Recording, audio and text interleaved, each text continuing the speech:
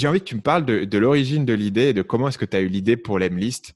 Il me semble que toi, tu faisais pas mal de prospection, mais ça reste quand même un truc où les gens se disent, ben, tiens, comment je fais pour trouver une idée qui est différente? Et surtout, les gens se disent, ben, mon idée, elle est déjà prise. Si c'est une si bonne idée que ça, pourquoi est-ce qu'il n'y a pas déjà quelqu'un qui fait ce logiciel-là? Donc, parle-moi de comment est-ce que l'idée a émergé, comment est-ce que tu as décidé qu'elle était bonne, et puis après, on Ouais, parlera de comment tu l'as validée concrètement sur le marché. ouais, bien sûr. Alors, en fait, à la base, moi, j'avais une agence d'acquisition. Donc, en fait, on faisait beaucoup de campagnes de prospection pour nos clients. Donc, des campagnes de prospection par mail. Et en fait, j'utilisais quasiment tous les outils du marché. Je les avais testés, que ce soit des plateformes comme Salesloft, Reply, Outreach, etc. Je connaissais vraiment bien ce que ces plateformes faisaient. Et en fait, j'étais assez frustré par le niveau de personnalisation qu'elles autorisaient à mettre en place, tu vois. Donc, en fait, c'était vraiment du texte, des variables comme le prénom, le nom de la Mhm. boîte, etc. Mais il n'y avait pas possibilité de faire des conditions, pas possibilité de rajouter, tu vois, des images ou des vidéos. Et donc, en fait, nous, ce qu'on faisait à l'époque avec l'agence d'acquisition, c'est j'avais des clients où, en fait, nous, comme à la base, moi, je suis de formation ingé, même si j'ai fait une école de commerce après, j'avais, tu vois, vraiment mon côté cerveau ingénieur où je fais des matrices de tests et je testais énormément de techniques différentes pour de la prospection. Et on avait remarqué que quand on faisait des images personnalisées, on arrivait à avoir des taux de réponse qui étaient un peu plus élevés. Et quand on faisait des vidéos, c'était encore mieux, tu vois. Et donc, du coup, je me suis dit, bah, putain, c'est con que toutes ces plateformes ne permettent pas de le faire. Et à la base, en fait, ce qu'on faisait, c'est que moi, je recrutais énormément de personnes sur Upwork quand j'avais l'agence. Donc, quand je dis beaucoup, c'est genre des trentaines de personnes qui allaient scraper de la data, préparer les listes ou même parfois créer ces images justement personnalisées. Et donc, après ça, tu vois, quand on a fait des tests sur les campagnes et qu'on a vu que ça fonctionnait bien, enfin, je me suis dit, bah, c'est dommage de ne pas pouvoir scaler ça. Et à l'époque, du coup, j'étais à Station F, donc qui est un gros incubateur de start-up à Paris. Et j'ai commencé à côtoyer deux personnes qui s'appelaient François et Vianney, qui étaient plus âgés que moi, donc aux alentours de la quarantaine, codeurs depuis qu'ils sont bébés, donc vraiment des brutes en code, et qui cherchaient justement à lancer un nouveau projet. Et donc, on a commencé à discuter de cette idée et eux, ils se sont dit, bah, en vrai, on peut le faire. Et du coup, on a lancé, en gros, en 3 semaines, ils m'avaient sorti une bêta qui était vraiment, bon, on va l'appeler, on va dire qu'elle était dégueulasse, hein, on va pas se mentir. Mais en gros, leur but, c'était on te code la bêta, toi, tu es jeune et tu fais un peu de business, montre-nous que tu peux la vendre. Et si tu nous montres que tu arrives à ramener des clients, ben là, on passera plus de temps pour coder un vrai produit propre et t'aider à le lancer, quoi. Et donc, du coup, tu as été le vendre à qui ce premier produit? Alors, en fait, bah, tu vois, moi, je me suis basé directement sur le pain point que les personnes ont quand ils font de la prospection. C'est-à-dire que quand envoies une campagne de prospection, le vrai pain, c'est que tu n'arrives pas à booker des meetings. Et donc, en Mhm. gros, ton taux de réponse, il est faible. Donc, en gros, ce que j'ai fait, c'est que j'ai commencé à utiliser l'Emlist. J'ai utilisé notre propre outil pour faire des campagnes de prospection avec des images personnalisées. Donc, j'ai contacté, tu vois, j'avais déterminé mes personas qui étaient en gros des fondateurs de startups. Donc, tu vois, je voulais des gens qui soient assez tech savvy, donc qui savent utiliser des plateformes software, qui soient potentiellement, qui aient potentiellement déjà des SaaS, donc qui aient construit des softwares et qui soient en recherche de croissance, donc qui soient prêts à utiliser des outils de prospection. Donc, ça, c'était un peu mes critères.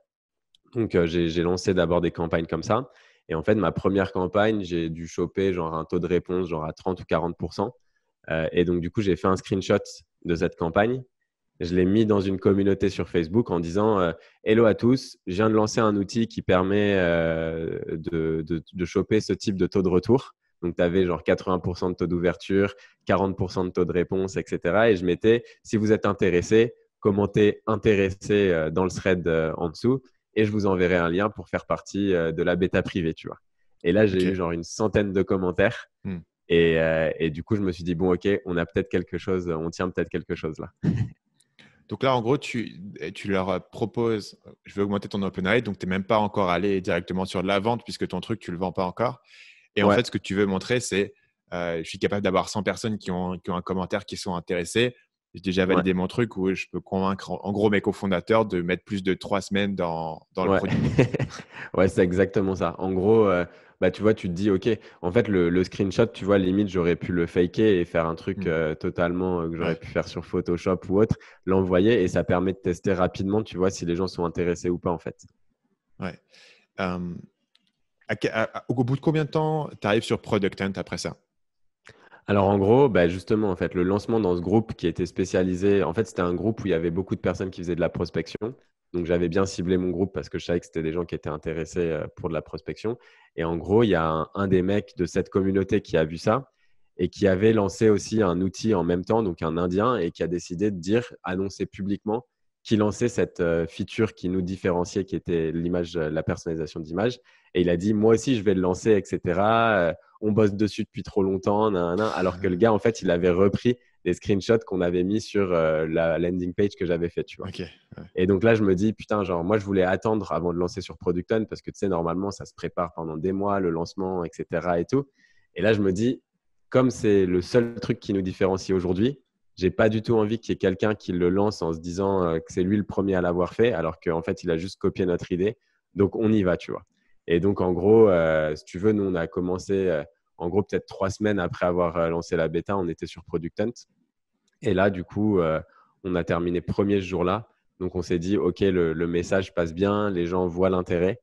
Par contre, donc ça a généré des centaines de sign-up, mais la rétention était vraiment nulle parce que le produit Parce que était pas l'outil du tout était là encore, quoi. utilisable, les gens pouvaient quand même l'utiliser, s'inscrire, mais c'était gratuit. Ouais, ouais, c'était gratuit. Ils pouvaient s'inscrire, ils pouvaient tester. Tu sais, c'était vraiment en mode SaaS, donc 2 semaines de free trial. Enfin, c'est ce qu'on indiquait, tu vois. Alors qu'en vrai, on n'avait même pas codé encore la partie paiement, hein. Mais du coup, tout le monde pensait que c'était 14 jours et qu'après, on allait leur demander Ok. leur carte de crédit. Et en fait, on se rendait compte que bah, l'outil, tu vois, il n'était pas du tout au niveau des attentes que les gens avaient et de ce qu'on vendait sur la landing page, quoi. Est-ce que c'est un regret d'avoir lancé un truc pas encore top? Est-ce que tu penses que ça t'a nui par la suite? Est-ce que tu penses que c'était plutôt la bonne chose à faire? Comment est-ce que tu vois la décision de s'être lancé à ce moment-là avec le recul?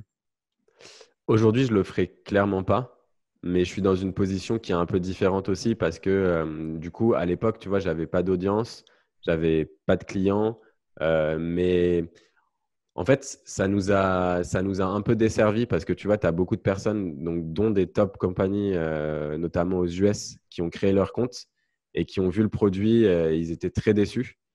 Et Hmm. donc, en fait, ces gens-là, on n'a jamais pu les récupérer, tu vois, par la suite. Parce que, Ok. en fait, une fois que tu es déçu, je pense que ça casse un peu un truc.